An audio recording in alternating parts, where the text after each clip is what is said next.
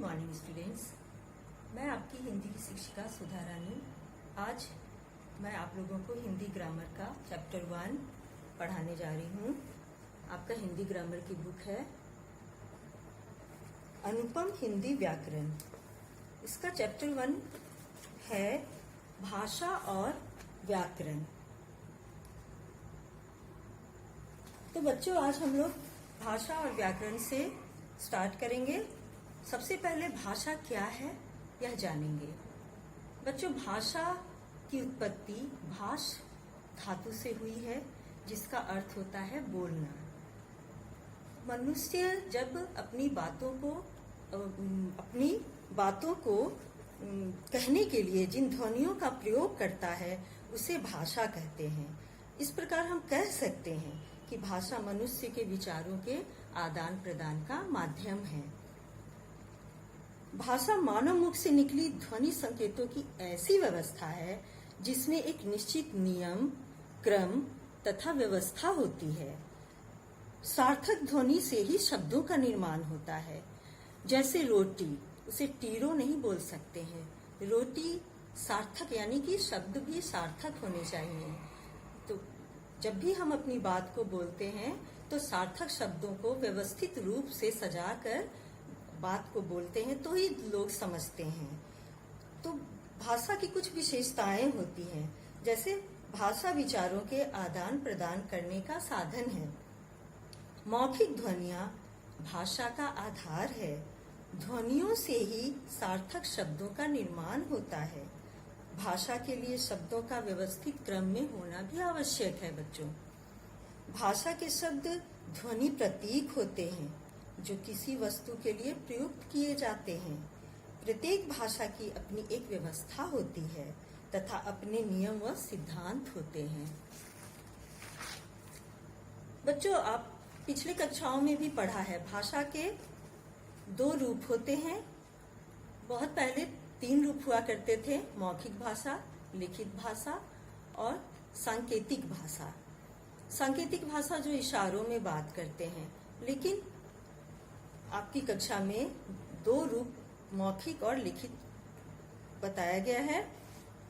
मौखिक रूप है भारत भाषा का मौखिक भाषा। भाषा के बोलचाल का रूप ही मौखिक भाषा है। यानी हम जब बोलकर अपने विचारों और भावों को एक दूसरे को समझाते हैं, बताते हैं, तो वह मौखिक भाषा कहलाती है।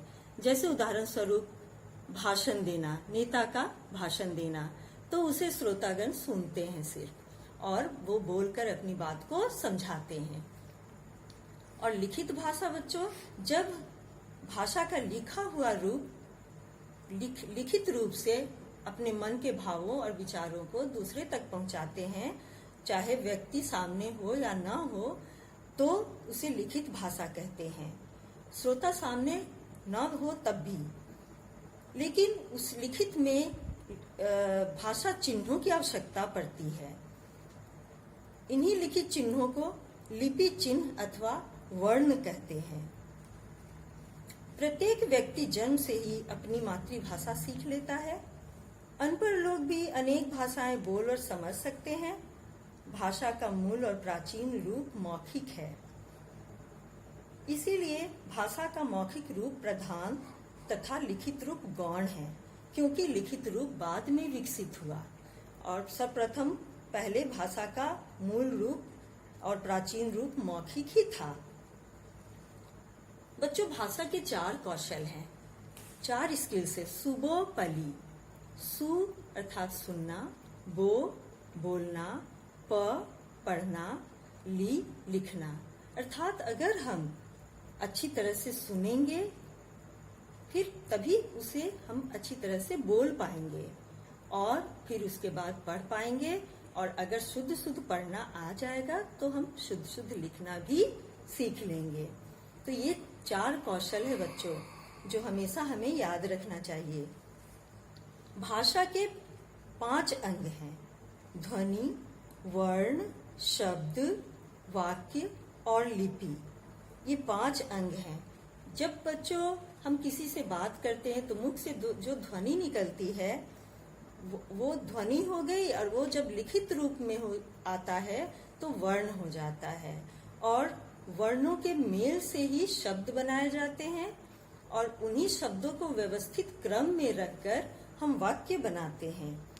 और इन वाक्यों को लिखने के लिए एक विशेष चिन्ह का प्रयोग करते हैं जो लिपि कहलाती है, जिसे इंग्लिश में स्क्रिप्ट भी कहा जाता है। तो ये 5 अंगों के बिना हम इन्हीं का आश्रय लेकर भाषा को, अपने भाषा विचारों को अभिव्यक्त कर सकते हैं। तो हमने जाना ना बच्चों कि भाषा और लिपि क्या है। तो सभी अलग अलग भाषाओं की अपनी अपनी लिपि होती है। तो आपके बुक में कुछ भाषाओं के लिपियों का नाम दिया गया है, जैसे हिंदी, संस्कृत, मराठी, नेपाली, संथाली, कोंकणी, बोडो, कश्मीरी। इन सभी भाषाओं की लिपि देवनागरी है। अंग्रेजी, फ्रेंच, पोलिश, स्पेनिश आदि भाषाओं की लिपि रोमन है। पंजाबी भाषा की लिपि गुरुमुखी है। उर्दू, अरबी, फारसी इनकी लिपि फारसी है। रूसी, बुल्गेरियन इनकी लिपि रूसी है। बच्चों, हमारी हिंदी भाषा की लिपि देवनागरी है, जो ब्राह्मी लिपि से इसका विकास हुआ है।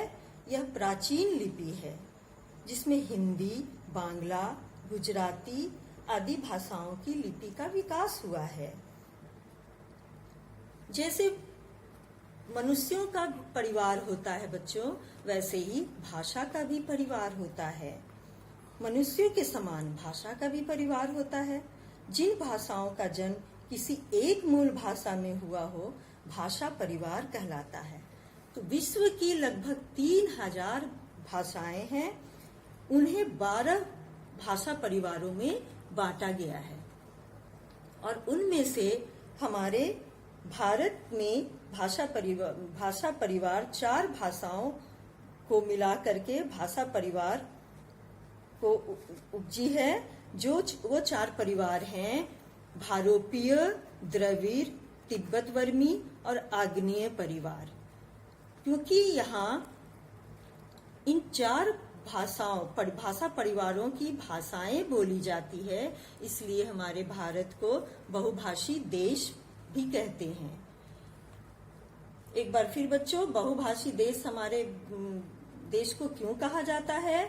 क्योंकि यहाँ संसार के 4 भाषा परिवारों भारोपीय, द्रविड़, तिब्बत-वर्मी और आग्नेय परिवार की अनेक भाषाएं बोली जाती है, इसीलिए भारत को बहुभाषी देश कहते हैं।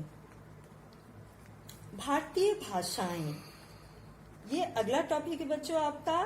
संस्कृत भाषा भारत की प्राचीन भाषा है। आधुनिक भारतीय भाषाएं इस प्रकार है जिन्हें संविधान की ओर से मान्यता मिली हुई है।